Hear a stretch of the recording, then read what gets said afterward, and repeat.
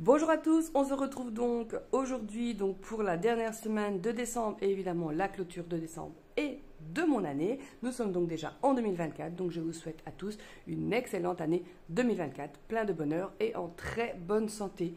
Et évidemment en accord avec mes vidéos, avec un budget bien tenu et de belles économies à la fin de chacun des mois. On va commencer tout de suite du coup avec cette fameuse semaine de décembre. Heureusement, elle n'a pas été avec énormément de dépenses courantes, je vais dire, mais vu que nous partions en vacances pour la dernière semaine de décembre, donc pour le nouvel an, nous avons évidemment des dépenses en vacances. Mais c'est pratiquement la seule et unique dépense, mais bon, qui était quand même importante. Alors, je vais aller rechercher une feuille et je reviens tout de suite. Et me voilà donc avec une nouvelle feuille. Alors, de toute façon, il n'y a pas énormément à écrire dessus puisqu'il n'y a que 3 lignes. Donc, je vais juste réécrire que c'est pour décembre 2023. Donc, c'était semaine 4 qui allait donc du 25 du 12 au 31 du 12. Alors pour nos vacances de la nouvelle année, on a débordé 1 ou 2 jours sur 2024.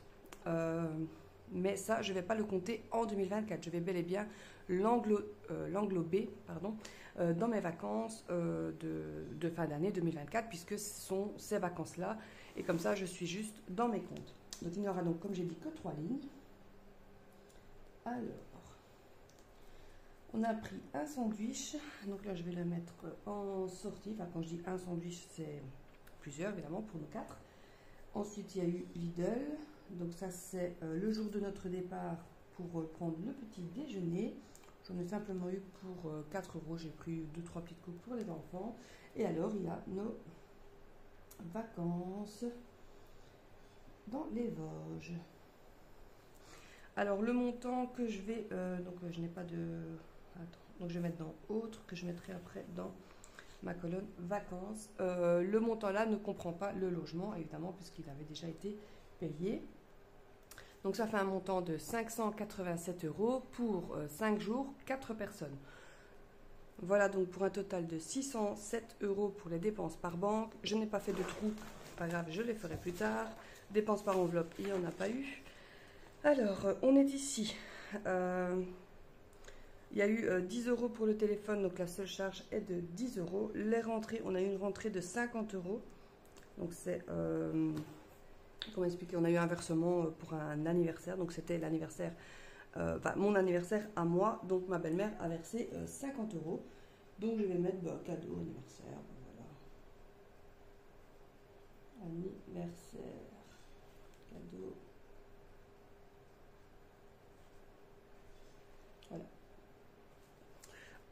Voilà, donc ça c'était pour la rentrée d'argent, donc 50 €. Et au niveau des dépenses, j'ai déjà oublié, donc 607. L'épargne c'était déjà fait, le retrait c'était déjà fait. Alors, donc il nous restait 1522, auquel on ajoute les 50, et auquel on retire 10, et moins les 607. Il reste donc 955. Bon, je suis désolée, ma vidéo a coupé, je pense que j'ai vérifié et c'est ici que nous étions arrivés. Donc il reste 955 € sur le compte, en sachant qu'on avait une prime de 1400, donc nous n'avons pas su mettre comme prévu, mais bon, je m'en doutais de toute façon, la somme entière de côté puisque nous partions en vacances. Et donc ça veut dire que sur le montant des 1400, nous avons utilisé 445 € et nous avons quand même su mettre 955 € de côté. Je trouve que c'est quand même déjà pas mal. En sachant évidemment que nous sommes évidemment partis en vacances pendant une semaine, pendant le nouvel an. Donc voilà, maintenant nous allons faire du coup le total pour le mois de décembre de ce compte-ci. Et ensuite on entamera le compte numéro 2. Alors, au niveau des rentrées d'argent. Alors, les dépenses au niveau des enveloppes, c'est bien simple, il y a eu 6 pour le sport et ici 58 pour les courses. Au niveau du retrait, on n'a retiré que 20 €, donc on a retiré une seule fois 20 € juste ici et les 44 € des enveloppes. Donc ce qui fait en tout 64 et c'est exactement ce que nous avons dépensé. Donc dépense enveloppe 64 et il reste rien du tout puisque nous avons tout dépensé. Ensuite, pour le reste, nous allons tout calculer ici. Diesel 85 pour ce premier, 62 et c'est tout. Donc on est à 147. J'ai appuyé sur un bouton. Au niveau de l'école, il n'y a rien. Et ici, ah ben oui, il y a eu le ski. Donc,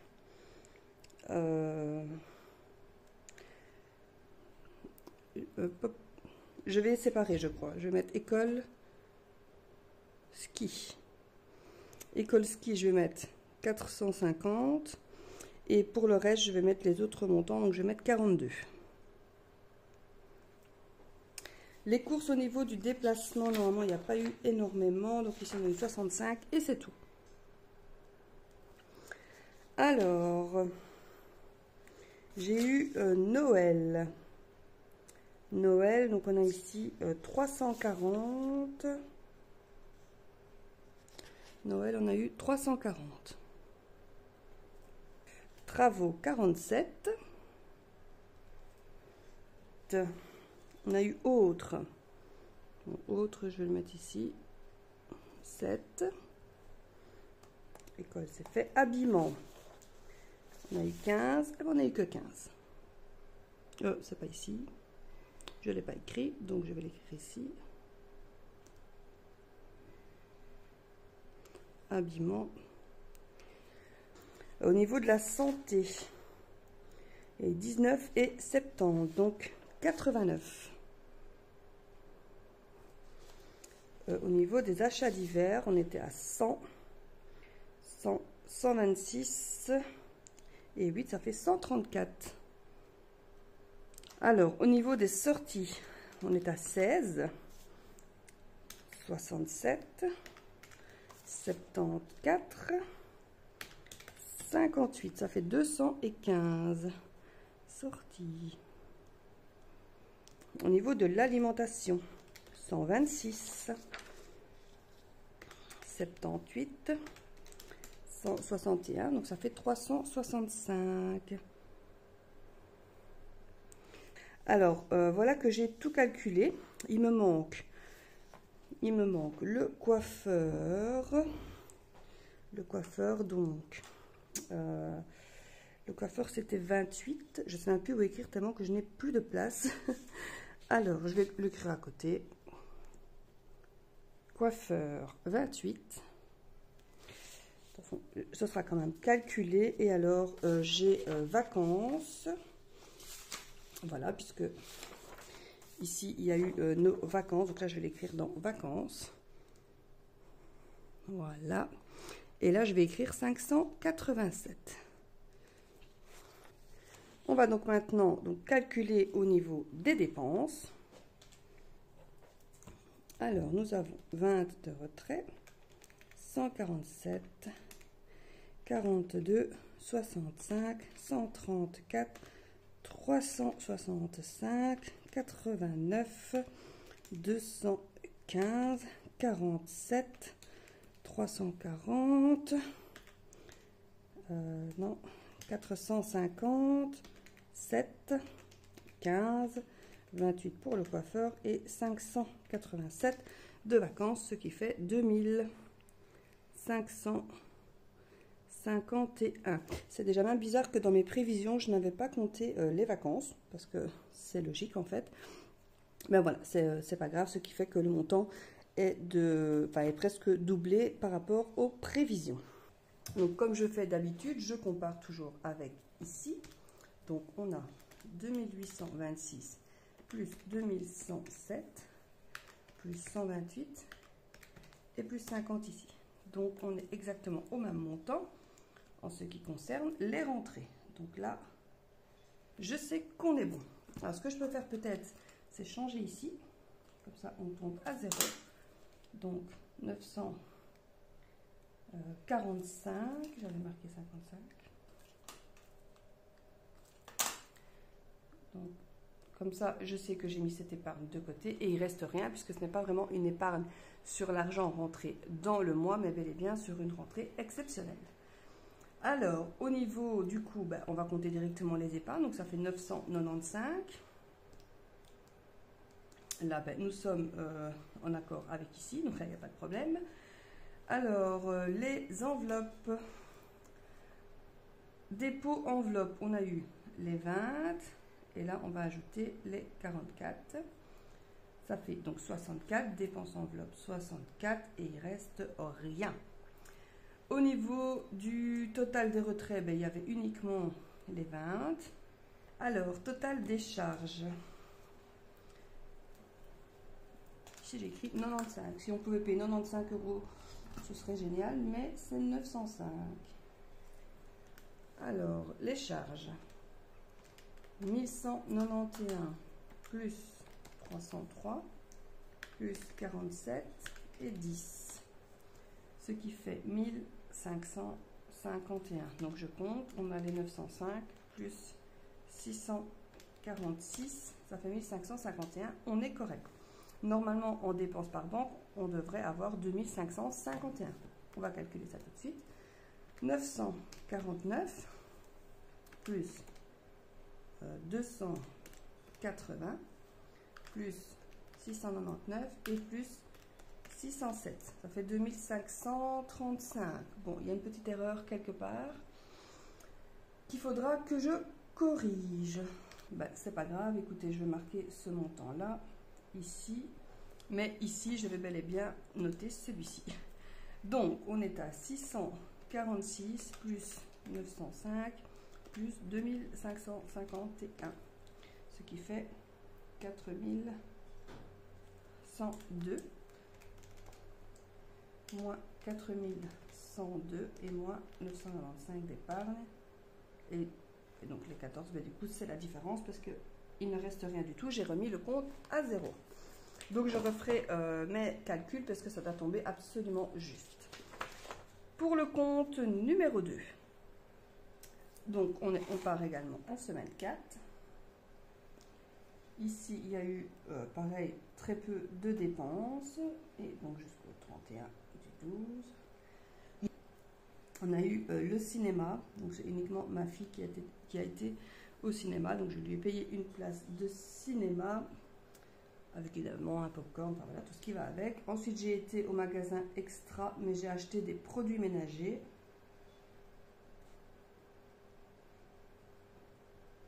Donc, je vais le mettre dans alimentation, puisque du coup, ce sont des courses, tout simplement. Il y a eu le diesel, 50.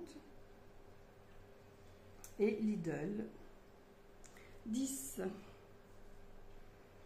Voilà, ça fait pas beaucoup de dépenses non plus pour ce compte-ci. Hop.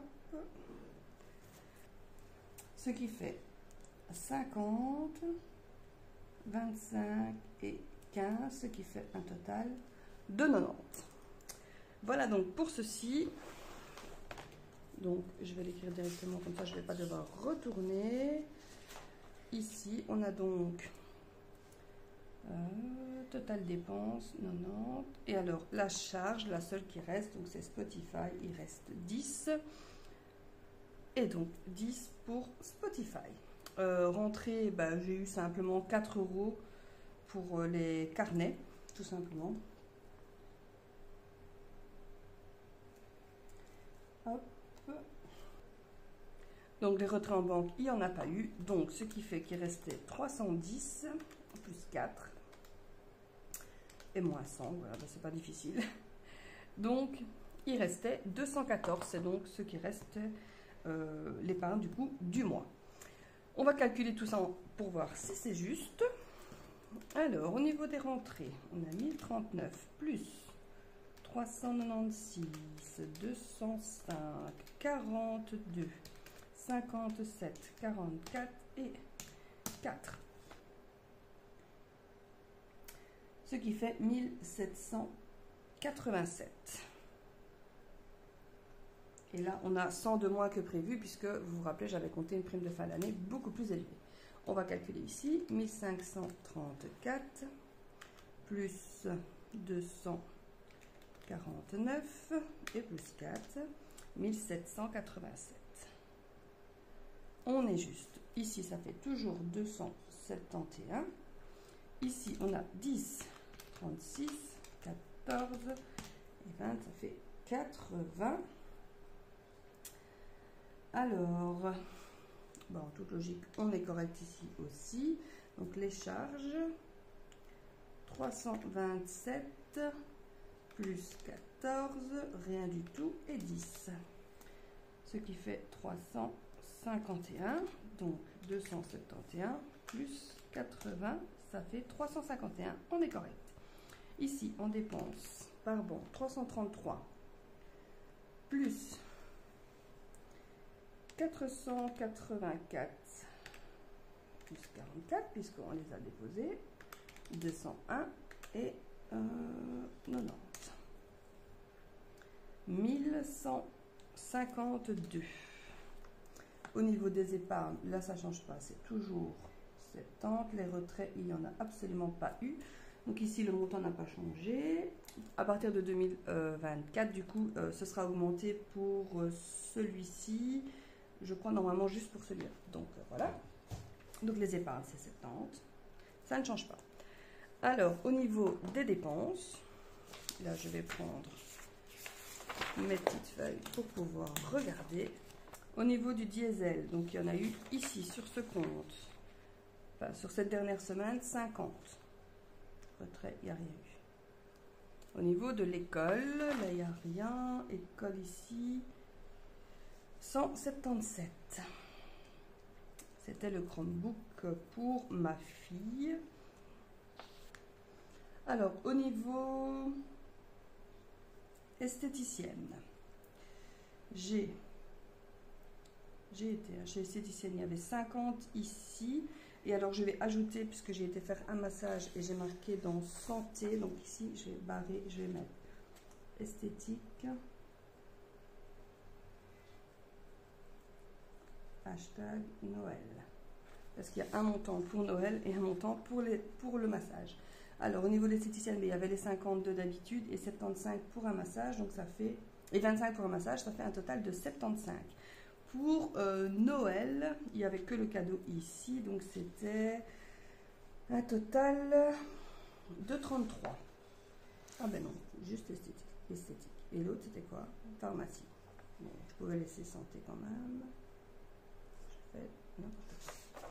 Alors, Noël 33. Je vérifie qu'il n'y ait pas ailleurs. Non, donc Noël 33. Au niveau de la santé, donc on retire ici, donc ça fait 22. 22. Plus, ici on a la pharmacie 71. Ici on a la pharmacie 11. Voilà, ça fait 104. Au niveau des sorties, on a 15 pour le cinéma.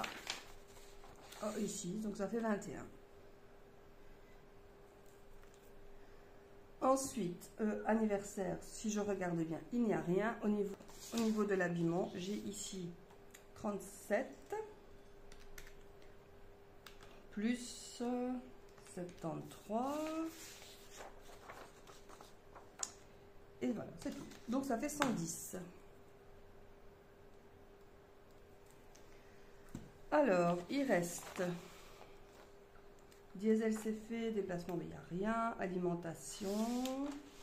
Alimentation, j'ai 25 plus 107 plus 176 et 65. Ça fait 373. Alors, au niveau des achats, on a ici 79, 42 et 9. Ça fait 130. Je dois rajouter une ligne ici pour travaux. Donc, dans travaux, j'ai 30. Vers ce que je vais calculer mes totaux pour que je tombe bon. Donc, j'ai 90, 201, plus 333 et plus 484. Je dois arriver à 1108. On va l'écrire ici. Alors, on a 50, 177, 130, 373, 21, 104, 33, 75, 110, 44 et 30. Ça fait 1147.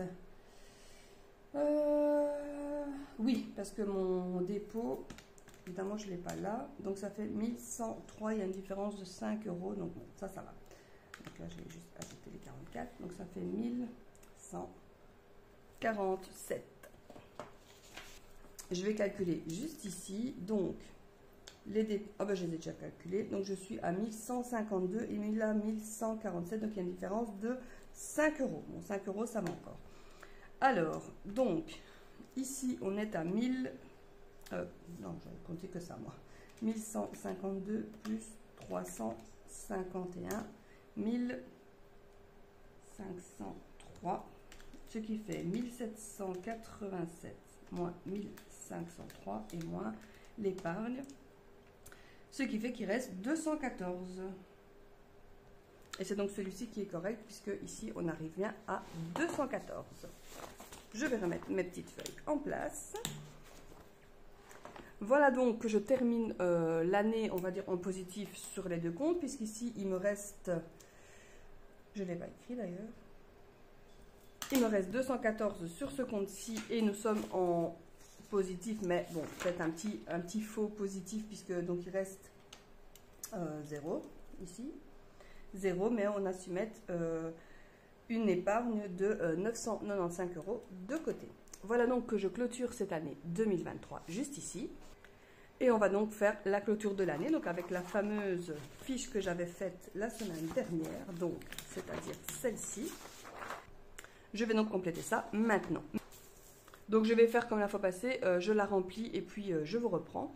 Voilà donc que j'ai tout donc du coup calculé. Donc on va revenir ici. Donc il y a 6898 qui est rentré, moins 2022 et moins 3691. Ce qui fait qu'il reste 1185. Donc évidemment tout ça c'est pas bon, il faudra que je le recalcule.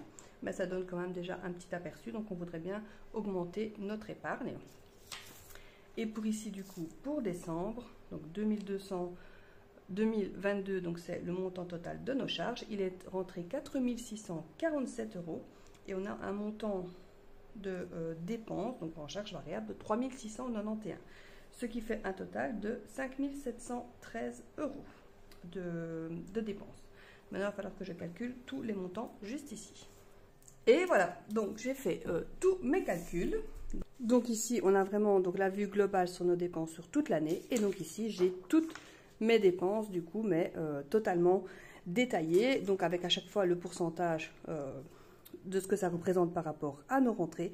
Et donc là, c'est vraiment un poste qu'on veut vraiment diminuer, qui sera de toute façon le plus facile, on va dire, à diminuer. C'est le poste des achats. Donc juste ici, qui représente 6% de nos revenus. Alors en soi, 6%, c'est pas beaucoup. Mais si on veut augmenter un petit peu notre épargne, c'est le poste qu'on compte vraiment le plus diminuer. Après, on a des postes comme l'alimentation qui représente 10%. Ben ça, voilà, on va pas arrêter de manger. Et alors, un poste qui m'étonne un petit peu, donc c'est le poste des vacances qui représente 4,43%. Franchement, je pensais que c'était plus. Donc voilà, je suis quand même contente. Donc, il y a des postes qu'on ne compte pas du tout changer. Par exemple, le sport, voilà, ça ne changera pas du tout. Tout ce qui est école et stage, bah, voilà, tant que mes enfants iront à l'école et en stage, bah, ce n'est pas un poste sur lequel on compte rogner non plus. Peut-être l'habillement, qui représente quand même également 4,33% de nos dépenses. Donc là, on risque, on voudrait améliorer ces dépenses-là. Après, tout ce qui est fête et anniversaire, c'est vrai que ça représente quand même 4%. Bon, on a quand même pas mal de proches autour de nous, donc quand même pas mal d'anniversaires. Et puis, on fête l'anniversaire de nos enfants, on fait toujours des grosses fêtes. Donc, voilà. Donc, en globalité, ça veut dire que 90% de nos dépenses part en dépenses, tout simplement. 90% de nos rentrées, pardon, part en dépenses et on en met de côté à peu près 10%. Voilà, on aimerait bien augmenter à peu près à, je dirais, au moins 14 ou 15% de nos revenus. Donc, on va travailler là-dessus en 2024. Voilà, donc j'espère que cette vidéo vous aura aidé, vous donnera peut-être une idée pour faire vous-même, du coup, ce bilan global sur vos dépenses de votre année 2023. Et je vous souhaite, du coup, une bonne année, encore une fois, 2024 et de belles économies. À la semaine prochaine. Salut à tous!